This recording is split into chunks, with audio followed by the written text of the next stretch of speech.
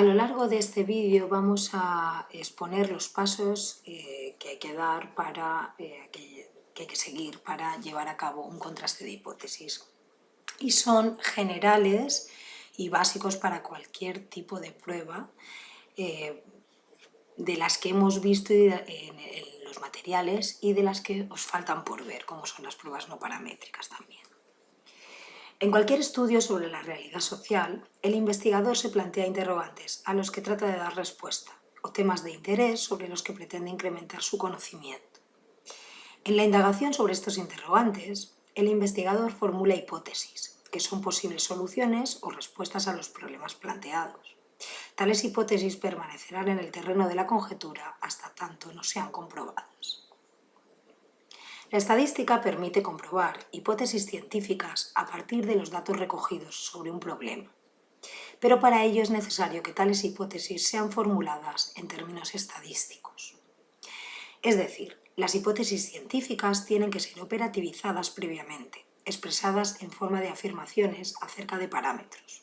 Por tanto, en una prueba de decisión estadística no contrastamos directamente las hipótesis científicas, sino que trabajamos con hipótesis estadísticas que son una traducción de aquellas.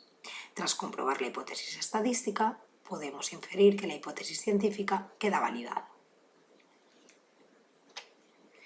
Las hipótesis estadísticas son proposiciones acerca de parámetros de la población, por ejemplo, sobre la media, proporciones, varianza, diferencia de medias, etc., o de su distribución.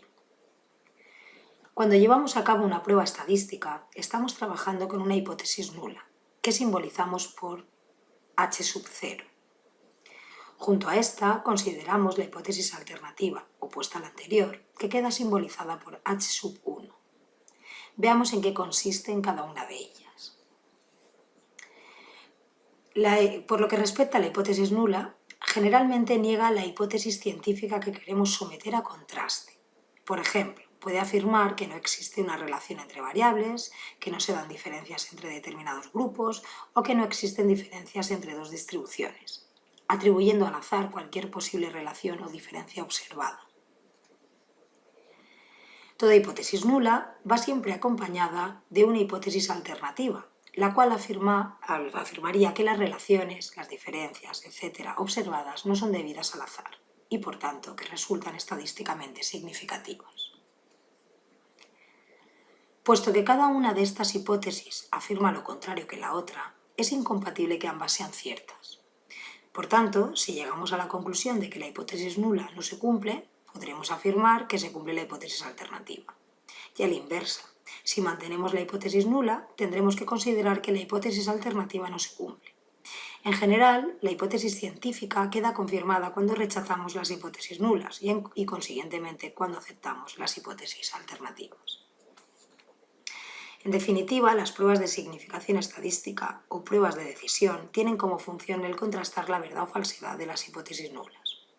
Ahora bien, la hipótesis nula no es más que un medio del que nos valemos para comprobar la hipótesis alternativa, ya que si conseguimos rechazar la hipótesis nula, estaremos manteniendo la hipótesis alternativa.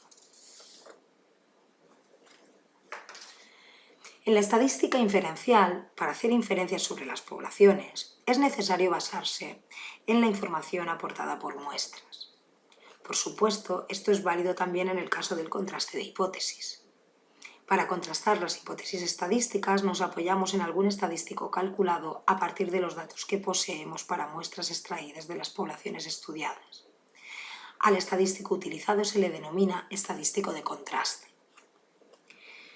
Siempre que se cumplan ciertos supuestos, podremos conocer la distribución muestral del estadístico de contraste.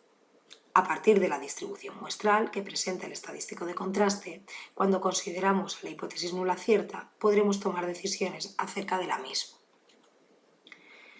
Como acabamos de afirmar, para conocer la distribución muestral del estadístico de contraste es necesario contar con ciertos supuestos. Habitualmente estos supuestos se refieren a dos aspectos. En primer lugar, a las características de los datos. Se trata de condiciones que deben cumplir los datos, tales como, por ejemplo, presentar un determinado nivel de medida o cumplir el supuesto de independencia o el supuesto de homocedasticidad, etc. Supuestos que ya se comentaron en el material de estudio del tema 2 que tenéis disponibles para cada una de las pruebas de contraste de hipótesis presentadas. Por otro lado, al otro aspecto al que puede hacer referencia o al que hace referencia los supuestos del contraste es a la forma de la distribución de partida. Es frecuente en las pruebas de decisión estadística que consideramos pruebas paramétricas suponer una determinada distribución, generalmente la distribución normal, en la población estudiada. Tenemos, por otro lado, otro tipo de contrastes de pruebas de contrastes de hipótesis que se denominan no paramétricas, sobre las que también tendréis un vídeo donde podréis aprender cómo se llevan a cabo con el paquete estadístico SPSS, que no se basan en este supuesto general de distribuciones normales. Cada estadístico de contraste requiere el cumplimiento de unos determinados supuestos, pues solo de esta forma conoceremos cuál es su distribución muestral. Cuando se violan los supuestos asumidos en el contraste de hipótesis, no podemos estar completamente seguros de que las conclusiones que saquemos serán válidas, y en consecuencia es preferible no utilizar este estadístico de contraste. No obstante, en ciertos casos la violación de los supuestos no acarrea problemas demasiado importantes. Es el caso de algunas pruebas paramétricas para los que la violación de supuestos, como por ejemplo el de homocedasticidad, no requiere muchos problemas, puesto que las pruebas son robustas ante la falta o ante el incumplimiento de este requisito. Es el caso, por ejemplo, como veremos, de la prueba T-de-Student. Suponiendo que la hipótesis nula es cierta, podríamos basarnos en la distribución muestral del estadístico de contraste para saber cuál es el valor esperado para esa distribución. En la medida en que el valor observado para una muestra aleatoria se aproxime al valor que cabría esperar si la hipótesis nula es cierta, habremos obtenido un resultado compatible con la hipótesis nula. Si, por el contrario, encontramos para una muestra aleatoria un valor del estadístico de contraste que se aleja del valor que cabría esperar, habremos obtenido un resultado muy raro, poco probable bajo el supuesto de que la hipótesis nula sea cierta, y podríamos dudar de la veracidad de esta. Por tanto, en caso de que el valor generado por la muestra sea compatible con la hipótesis nula, mantendremos la hipótesis nula como cierta. En caso contrario, rechazaremos la hipótesis nula y aceptaremos la hipótesis alternativa. Es decir, la decisión estadística consiste en mantener o rechazar la hipótesis nula, en función de los resultados obtenidos al calcular el valor de un estadístico de contraste para una muestra aleatoria extraída de la población. Los valores del estadístico de contraste, que se alejan mucho del valor esperado bajo la hipótesis nula, constituyen la denominada región de rechazo o zona crítica, que es lo que tenemos aquí en los gráficos rayado. En cambio, los valores que no se alejan tanto de ese valor constituyen la región de aceptación, que es lo que aparece en blanco. Los valores del estadístico de contraste que delimitan la región de rechazo se denominan valores críticos. Serían los valores correspondientes a estas tres zonas. Estos tres puntos. La región de rechazo puede presentar dos formas. Cuando consideramos los valores que se alejan de la hipótesis nula por ser muy grandes y los valores que se alejan por ser muy pequeños, estamos ante un contraste bilateral, puesto que la región de rechazo se encuentra a ambos extremos de los valores esperados, bajo la hipótesis nula. Cuando consideramos que para rechazar la hipótesis nula únicamente nos sirven los valores que se alejan de la hipótesis nula en un sentido, estaremos ante un contraste unilateral. Si en un contraste unilateral la región de rechazo está constituida por los valores que se distancian de la hipótesis nula por ser muy grandes, como es el caso de esta distribución de ejemplo, hablaremos de un contraste unilateral derecho. Del mismo modo, cuando la región de rechazo corresponda a los valores que se distancian de la hipótesis nula por ser muy pequeños, hablaremos de un contraste unilateral izquierdo. Puesto que conocemos la distribución muestral del estadístico de contraste, podemos hablar de las regiones de aceptación y de rechazo en términos de probabilidad. A la probabilidad de que una muestra aleatoria genere un valor para el estadístico de contraste que se encuentre dentro de la región de rechazo, la llamamos nivel de significación y suele nombrarse mediante la letra griega alfa. Le corresponde esta probabilidad. A la probabilidad de que la muestra genere un valor de estadístico que se sitúe fuera de la región de rechazo se le denomina nivel de confianza y se representa mediante 1 menos alfa. Estas áreas.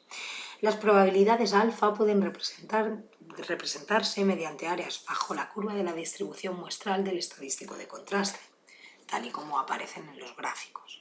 En el contraste unilateral, el área alfa se situará en la parte derecha de la curva o en la parte izquierda, según el caso. Es decir, según se trate de un contraste unilateral derecho o izquierdo, en este caso aparece a la derecha porque en el ejemplo, este es un ejemplo de contraste unilateral derecho. Cuando el contraste es bilateral, el área alfa se reparte en dos áreas iguales, de una extensión correspondiente a alfa partido 2, situadas en cada extremo de la curva.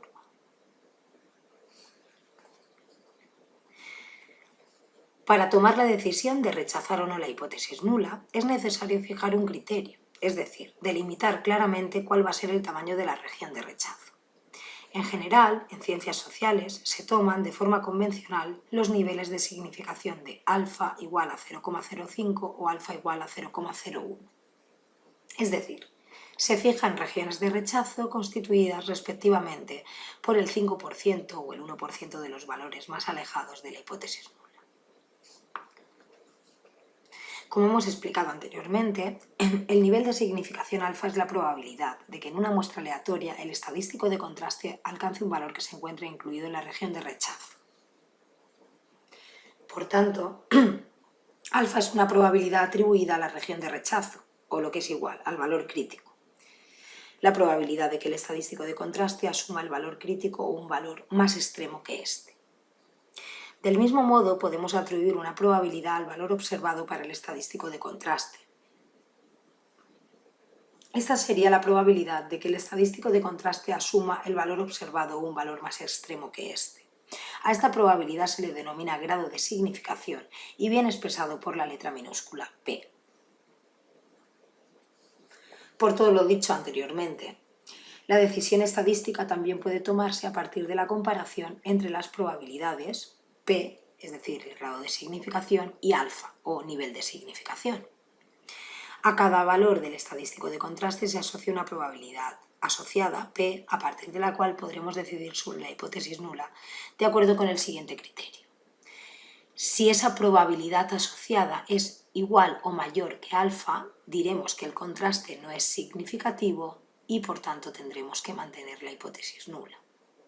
Si por el contrario esa probabilidad asociada es menor que alfa, el contraste será estadísticamente significativo y tendremos que rechazar la hipótesis nula. Generalmente los programas estadísticos ofrecen el grado de significación, a partir del cual podremos decidir si con un nivel de significación previamente fijado es posible rechazar o no la hipótesis nula. A continuación vamos a presentar un resumen de los pasos que hay que seguir para llevar a cabo cualquier prueba de contraste de hipótesis. Es decir, el primer paso es, a partir de la hipótesis científica o del problema planteado, formular la hipótesis nula y la hipótesis alternativa, es decir, las hipótesis estadísticas. En segundo lugar, habrá que fijar el nivel de significación o alfa, es decir, el error máximo que estamos dispuestos a asumir en el rechazo de la hipótesis nula. Es decir, cuál es la probabilidad máxima de error que estoy dispuesto a cometer cuando voy a rechazar la hipótesis que se somete a contraste. En tercer lugar, hay que elegir una prueba que tiene asociado un estadístico de contraste y que sea adecuada, comprobando previamente si se cumplen los supuestos para su utilización, y calcular el valor observado para este estadístico de contraste.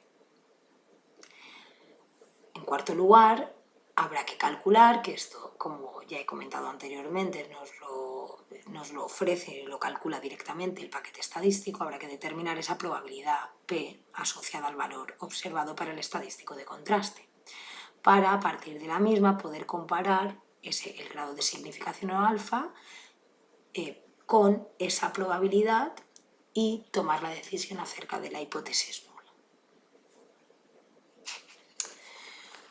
Por último, vamos a hablar de una serie de errores que